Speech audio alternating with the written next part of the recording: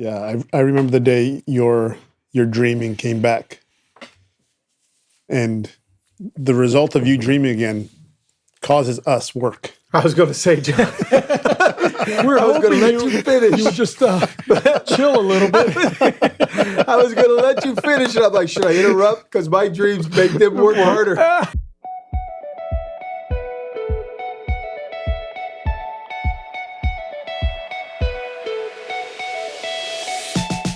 Hello and welcome to another episode of the Family Business with the Alessis. And today it's not just Alessis in the podcast booth. It is Jonathan Roman, Armando Gomez, and Steve Alessi here with you.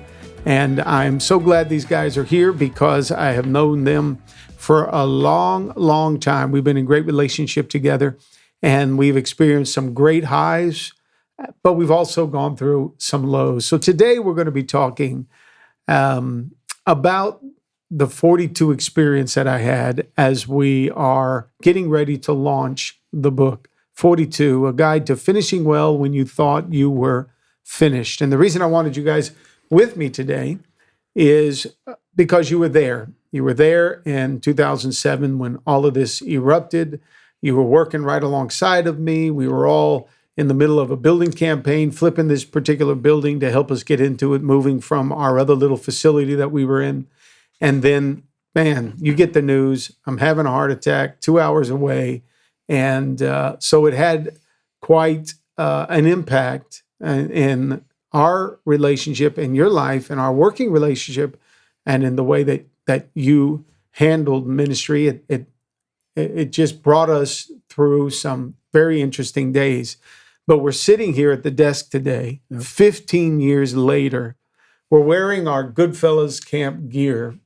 All of us matched this morning because ultimately what we want to show is that the thing that you thought was going to finish you, if you deal with it the right way, you can finish well in life. So that tagline of being a guide of the book, a guide to finishing well when you thought you were finished, it's really going to be played out in this episode today. So you remember where you were at when you got the call that, how did that happen? Because I don't think we've even had this conversation. It was a Monday afternoon, about 5:30. I was just getting home with Jackie to our condo across the street from the Dayland campus. Wow. I was living you were blocks away before we even had an idea of going back. So I was right there. And Des called us with the terrible news on a rainy Monday afternoon. Yep. Wow. How did she say it? You know Des, and I'm sure she'll get to share her story, but she was direct to the point and told us with no mincing words, Pastor just had a massive heart attack. Gosh. And the fear that comes over you when you hear such terrible news, because at 46, you shouldn't have had a massive heart attack. No. So we knew it was bad. Mm-hmm. Yeah. And I think we have to ask the audience's forgiveness. There's going to be some tears. Yeah, man. Some grown men are going to be crying today. Yeah, just so freaking emotional. Yeah. What about you, Mondo? Where were you? I remember exactly. I don't remember that it was a Monday, but I remember at that time I was taking flight lessons. I was learning to fly a helicopter. We had just landed and we're doing a debrief. And I want to say it was probably David Martinez or Maury that texted me and said, Pastor had a heart attack. And, those are not texts that are jokes, right? It could have been I'm like, no way. And I called Pastor Mary. That was my first reflex. She's in the ambulance with you. So I hear the sirens. I hear her quite, frantic or agitated or whatever. And she's like telling me, just pray, just pray, just pray, just pray. And obviously I hung up as soon as I could because she's with you. And I remember getting I think I was driving an Explorer at the time and just flying to Stewart as fast as I possibly could. And the feeling was impossible. Like, no, this can't be happening. It connected me to some other heart attack tragedy that was in my early life with my own dad, that I watched him have a heart attack. So everything just, and you, maybe people in the audience, is that what you call it? The audience. And the audience don't get it or understand that you had very quickly become my father figure. Yeah. So I'm thinking I'm losing my pastor, my father, and the way it sounded on the phone call was not that great. So I was torn up, and I just turned on some worship music, and I think I got to Stewart. If there are no law enforcement officers listening to the podcast, but I think I got to Stewart in about 40, 48, 49 minutes. From Pembroke Pines. From Miramar, from North Perry Airport. And I remember getting there, and Pastor Mary was in the, I don't know, waiting room or whatever that room was, and I gave her a hug, and I think I might have been the first one there. I think maybe one of your family members, a sister or somebody was there, and just sat down, and I didn't know what to do. I mean, that's what I remember the day was, and at that time we still didn't know that you would or had survived. So that's the moment story, and it was excruciatingly painful. Yep. Because again, I don't know what I was going to do if that were to have happened. Sorry, Right. I'm sounding very selfish. Right. It was about you and your family, No, I but got for you. me, it was like, what are we going to do? What are my family going to do? Right. So that's where we were at. We left, got on the turnpike, 110 miles an hour, in the rain. And In the rain. That's right. the only hope we had was when we came, it was probably about West Palm, beautiful rainbow appeared. And for a second, you're like, God, okay, this is either a promise or a very cruel joke. Yeah. So, we're just holding on to the promise that you were going to be okay. We come in to the emergency room. We see Pastor Mary, and she's as strong as anyone can be when something goes on like that. I'm sure that part of it was shock and the Holy Spirit's protection. But all we could do is wait. Right. Yeah. No, I still can't believe all that occurred. It sounds like we talk about somebody else, and I'd cry if it was somebody else's father, somebody else's friend, somebody else's pastor, because I just can't imagine the frailty of being in a situation where you just don't know what's going to happen, and everything looked good for us. I mean, Oh yeah, it was a good we season. had just bought this building. We were flipping it or remodeling it. We still had our offices, or we were holding service at the other church. Service Still. over there, but we had moved our offices over after Easter because we had our first Easter service here Here at this in building. 2007. So we're building, we're remodeling. Things look good. I mean, come on, we've been working hard. So I'm taking off for Father's Day. After right. Father's Day happened, so It was Father's a Day vacation weekend. for It was you a guys. vacation, Oh yeah. my gosh, that's right. And then all hell breaks loose. We're telling the story because we can go back and be burdened or emotionally moved by it because it was so real. But here we are, guys. 15 years later, we just came back from a camp where we took men and we put them up there in that environment at the farm. And it's like there's no residue of that event even happening. Matter of fact, we got to tell the guys because on our jerseys, our clothing, Yeah, our hat, back here. we've got 42 on it because it became a real staple of being able to go through your own 42 moment that rocks you, but yet getting back up and keep fighting and to the point where life goes on and it gets better. That's So right. we're on the other side of this, and I wish people would get that. If they can just hang on, a divorce happened. Oh, can't imagine. Excuse me, can't imagine. You take a hit financially. You take a hit in your career. You take a hit with sickness and stuff. If you can just stay in the game, don't lose hope, don't lose faith, don't give up, don't throw up your hands and quit. If you can do that, there is this promise on the other side of it that, man, life can go on and it can get better than it did before. But here we are, man, thankfully for that. It's trials that produce perseverance, that produces character, that gets you to the place of hope. Yeah. And I think that's where we are, where we can rejoice today because we're at the place of hope. Yeah. Yeah. But you put that book together and it's kind of like, it's just a thought that's starting to come together. So I hope I say this right. But the confusion, sometimes in our lives, things happen that you can have all the faith that you want, but you know these verses are like, God is not the author of confusion.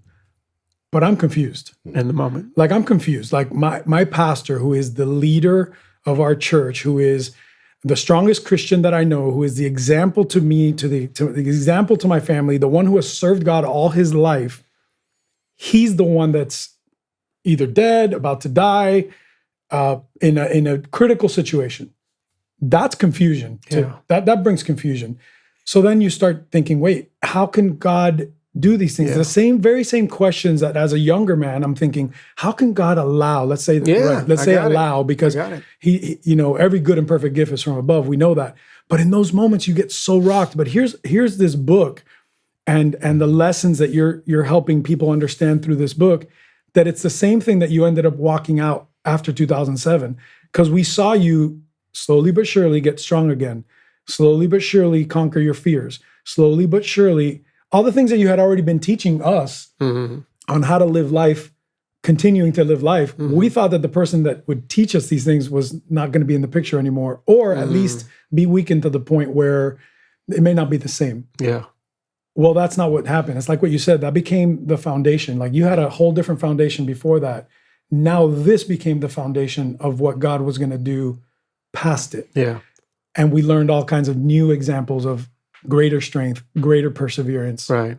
So that's, I think, the big lesson. I don't know if we're in that mode right now of the big lesson, but that's the big lesson, is that you were almost finished, right, at that moment. But then you're now talking about and teaching how to finish well, even after you thought you were finished. Yeah. Everyone can relate to that. And for you to be in the position then, because of what happened with your father, you saw his heart attack. You ultimately lost your dad. You were a young man, and you lost your dad early on. He wasn't there for you for certain events in your life. He wasn't there for your marriage. He wasn't there for your children. You lost such a important person to you. So here you are, fast forward, and yes, before that, you weren't as faithful in your pursuit of the things of God when you lost your dad. But now you add faith into the picture, and you're like, okay, life should be different than it was pre-faith, right? Yes. Before, when I lost my dad, the man that I loved the most. So life should be different now that I have a relationship with God, and now you're being reintroduced to the exact same feelings and emotions, and that's real. Oh, gosh. It's real.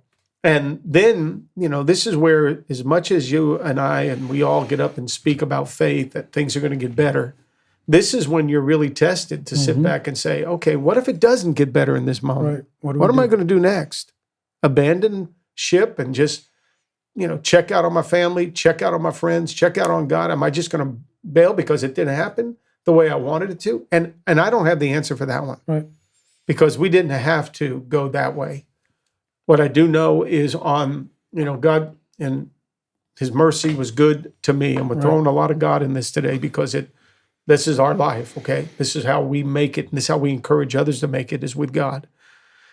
But God was merciful in that season to, not to step over into the other side, and life has gone on. But it was real. Oh, 100%. And if we could say something in the podcast today, we're saying to those that are listening to us, your 42 moment, your hit, that's real. All of that stuff is real, and you can't deny it. You can't run from it. You better just kind of exhale for a minute. It's happened. And I remember sitting in the cardiac care unit after they had gone in and done the cath, and they're sitting, and I'm with people I don't even know. I'm in the hospital with a young man and a young woman. I'm talking in their maybe 20s, and they're the ones responsible for me. Not my wife, who takes care of me all the time. Not even my parents, Mom, back in the day. You trust older people, not a doctor. I'm there with 20-somethings, and they're coming in. You doing okay? Okay, don't move. They didn't want me to move too much, or else I would have, where they had punctured to go into that big vein right in my groin area. They didn't want me to move too much, or else it could bleed out, So they're like, don't move. We don't. So that's who I'm left with that night, in the middle of the night. And I'm sitting there feeling like I am so alone. Ugh. Nobody that I knew was there. Mm. It was like, come on. This is crazy. So maybe you're listening to this today and you feel that. You feel like, wow, I'm alone in this. Yeah, my kids are there, maybe even my husband, but I feel so alone. Yeah, there's times when you sit there and say, God, where are you? Why did this happen?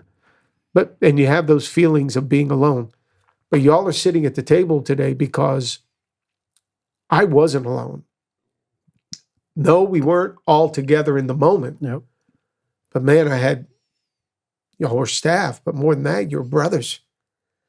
And there were people that are out there that were praying, supporting, saying, all right, hey, took out that stupid RV the day before, and you ended up, John, having to take it back to the rental. And that wasn't the best thing, but you guys were there to help. But yeah, that was kind of spooky. Huh? It's eerie when you're getting it. You had planned a vacation to enjoy with your family, and David Martinez and I had to return this RV, and we're, thank God you weren't in the RV somewhere in Ocala when this happened. Oh, boy. Those are all the thoughts that you're processing. Like, okay, we can see all the bad that's going on right now, but there is some good that happened. Wow. Yeah.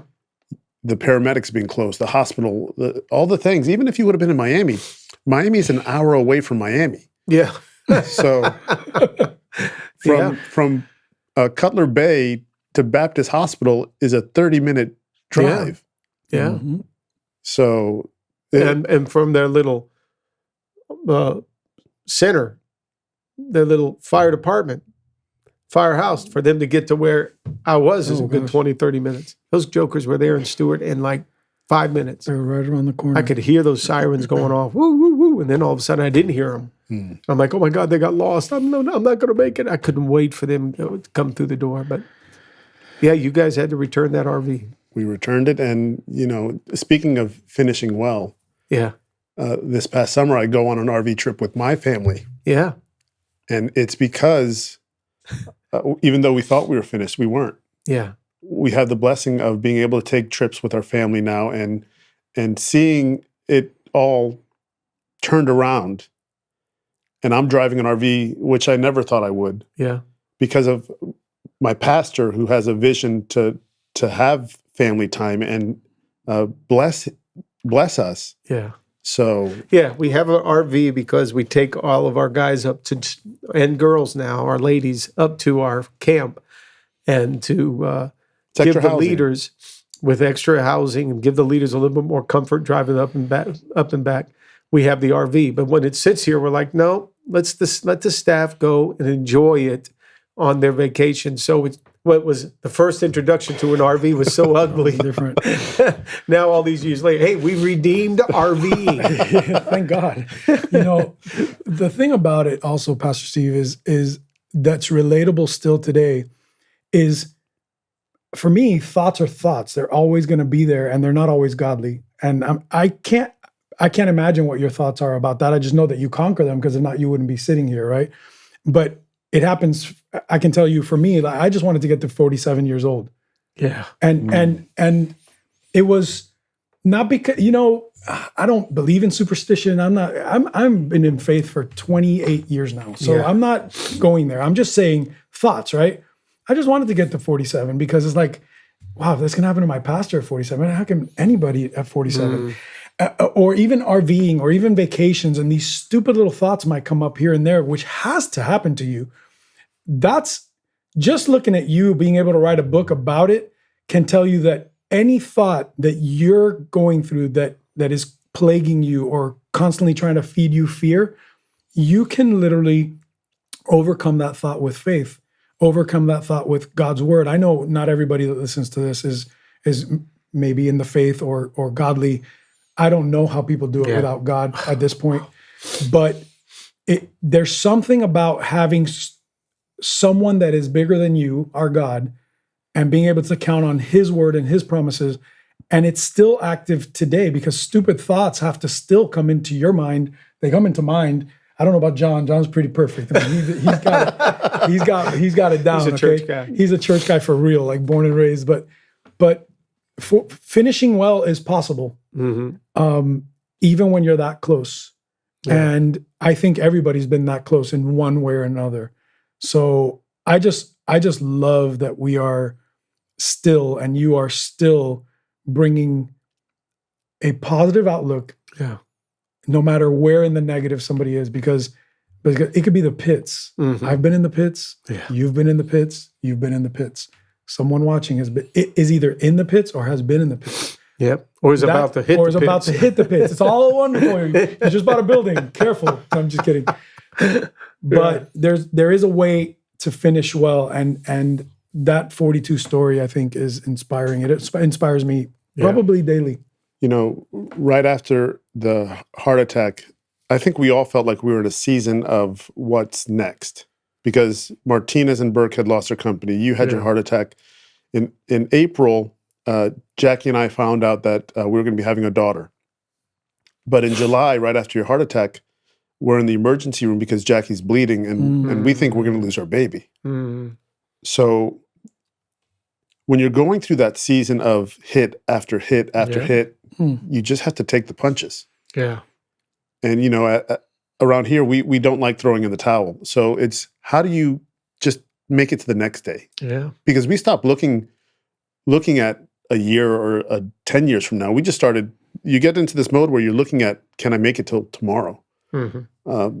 Can I make it until the sun comes up? Yeah. And that's all Jackie, that night, Jackie and I were just worried about the sun coming up, because if the sun came up, then we could rest a little easier, because we didn't have our pastor to call. Mm-hmm.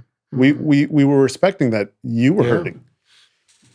So hit after hit, you just take another step. And that's part of the roadmap to getting to finishing well, is realizing you're not finished if you can just make it one more day. John, in the book, I talk about throwing in the towel. So much of these analogies come from boxing, because there was an early season where I really, really loved boxing. I can't stand it now after the heart attack, after the trauma. MMA, I used to love it all. I can't handle it now. I just seeing people beat on each other. I kind of a You value life different. PTSD, I guess. You know, I just, no, that's terrible.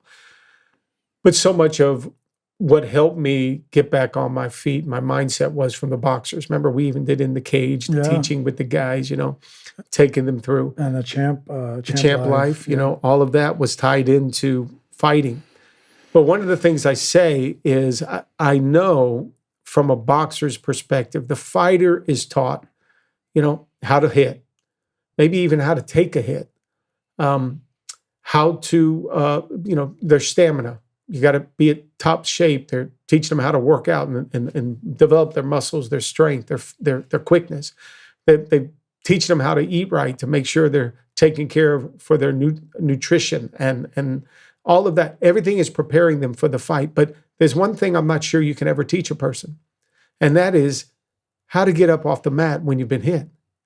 Do they teach a boxer how to get back up? Or is that just instincts? Mm-hmm. Do some fighters have it and some don't? It was Ray Boom Boom Mancini that we write about in the book when he came to one of our Goodfellas events. Remember, he says the punch that hurts you the most is the one that you don't see coming. And that's usually the one that puts you out. So I didn't see this coming, and boom, I'm on my back. Boom, you and Jackie get the word, you know. Armando, you lose your dad early. All of that. We're down.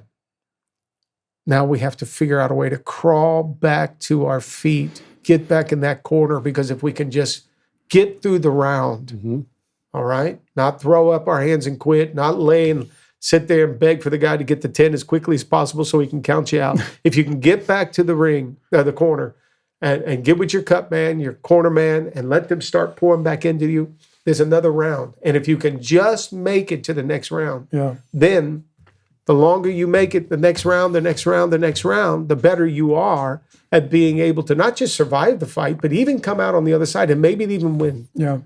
So we're now, 15 years later, we're with men on a quarterly basis. We're taking them up to our farm. We're looking them in the eye. We're helping them man up.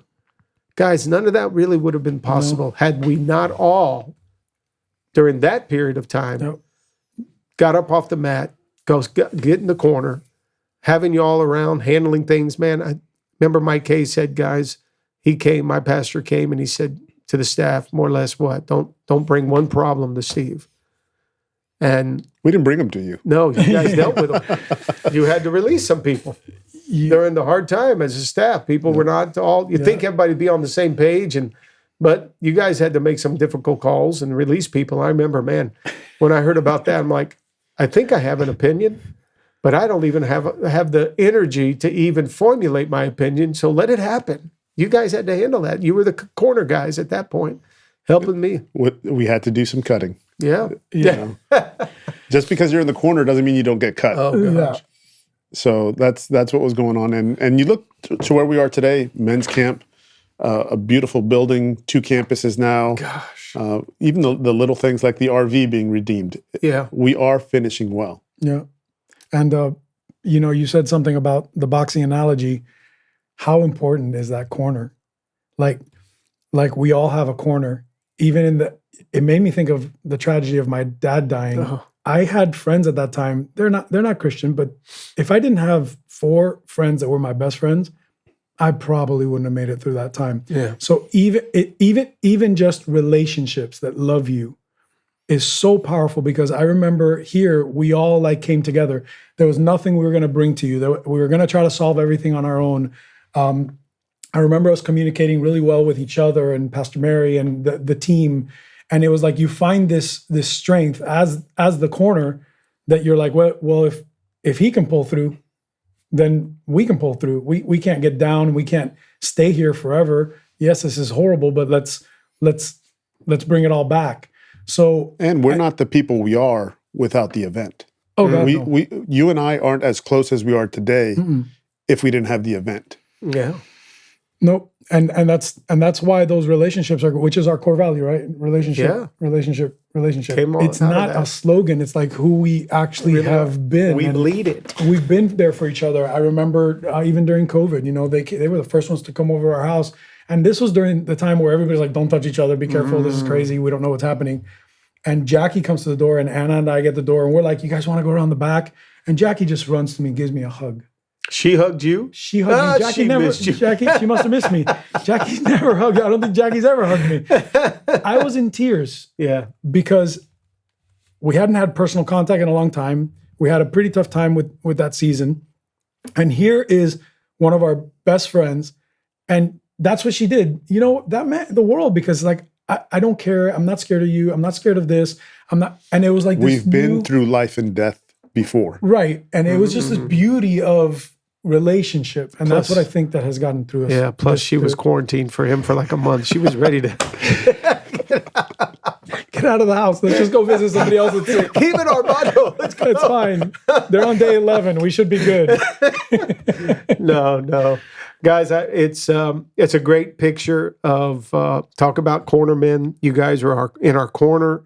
You were in the corner of this church. You helped us get through it, which is another key principle. If you're going through your 42 moment, stay connected with people. Don't run from people. If that's your first instinct, you want to be alone because you're embarrassed, shame, you're hurt, you're disgusted, you're disappointed, you feel let down. Man, don't just do the opposite of what you're feeling. Yeah. Run to people. Yes. They are important to help you get through it. Give yourself some time to get through it. You took a big hit. Gosh, I remember Mary and I being up there and we'd look at each other and it was quiet.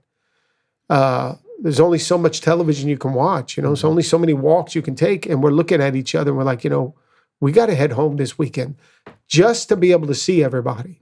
So we'd take a little trip down here for the weekend, drive to Miami just to see y'all, because being with you was strength for us. You can't do it when you're taking a 42 like that. You can't do it on your own. You need each other. Yeah. And thankfully, you guys handled the situation so well. And even to this day, we're saying it before our podcast. There's no hint that we went through this. I mean, it took 15 years to finally put it into writing in a book. People hear the story of it, and they still can't believe it. It kind of goes in one ear and out the other because they're like, that couldn't have happened. Look at this. Yeah. Look at all this. But I'm not sure any of y'all would have been in relationship today if things would have gone different 15 years ago. I don't know if this church would have been here. Nothing would have been the same. I don't know if Mary would, and Chris was too young. I don't know if this was something you guys would have done to be able to continue this. I got a feeling Mary would have gone back to Grace and worked alongside of my parents, and you guys, maybe you were in the picture. You might have gone back and helped, but we didn't know John until Metro.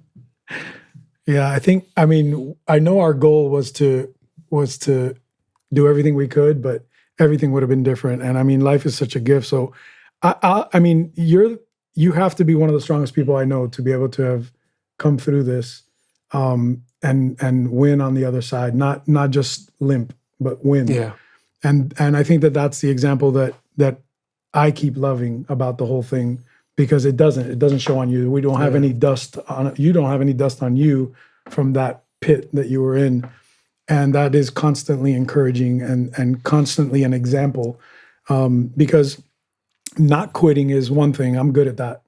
But going for more, like it would have been just perfect if you just not quit and lived and enjoyed your family and just had a good life. Yeah. I'm alive. Life is a gift. This is good. But you doubled down. And I don't think most people do that. So to me and to us, I'm sure that's an example. Most people will not double down. So where do we need to double down? Where do we need to finish well? Not just finish. Mm-hmm. Finishing would be, I'm going to live till 90. I'll be okay. Finishing well is I'm going to build a legacy by the time I'm 90. And that's what you're pushing for. Yeah. So truly thank you for that, because I don't take it for granted, but we don't say it enough to each other. Right. That motivates me all the time to do something better always. Appreciate that. Yeah, I remember the day your dreaming came back. And the result of you dreaming again causes us work. I was going to say, John. I was going to let you finish. You would just chill a little bit. I was going to let you finish, and I'm like, should I interrupt? Because my dreams make them work harder. Carry it. When a wall needs to come down in a week, your dreaming might cause us more work. Oh, my gosh. Couldn't have stayed in Stewart a couple more weeks there, Pastor. At least the Christmas. Get through the holidays. No, that's hilarious that you would say that, because I'm thinking that at the same time, John. Well, oh man, life comes at us. We know life's not easy. We don't like to have to go the hard route sometimes, but it's a good route if we can embrace it. You know what they say, embrace the suck kind of a thing. You got to be able to do that, but you can't do it alone. And that's why I wanted you guys in the booth today, because we haven't really talked about how you dealt with it. All that your mindset, all the things that you had to process, but it's brought us closer together. I wouldn't be where I'm at today with this church had it not been for you guys, and I'm very, very grateful for that. Thank you. And every person that is a part of our deal here, I hope they know that, because we're all a part of this big body, but we wouldn't be where we're at today without Armando Gomez, John Roman. And so Mary and I are so grateful for you. All our Alessi family are grateful for you. And you're part of the family business, no doubt. And we've been through the worst of times, but now we're celebrating the best of times. Amen. And the future only looks better. So what are we saying? You have a 42 moment, it hits you. Don't run from your people, run to your people. Keep that God connection in place, and then just let your time play out. You may have lost the dream, but I promise you, if you just stay at it, don't quit. Don't stay seated in the corner. Get back up. Go one more round. If you do so, you'll find your dream ignited again, and you will finish well. So thanks for joining us today. Hey there, if you enjoyed this episode of the Family Business Podcast with the Alessis, then you'll want to know we've got more insight, more encouragement, more great conversations that we can have on Sundays, and even some surprises coming your way. So you want to make sure you subscribe to our channel and watch one of these next videos here next, because remember, family is everybody's business.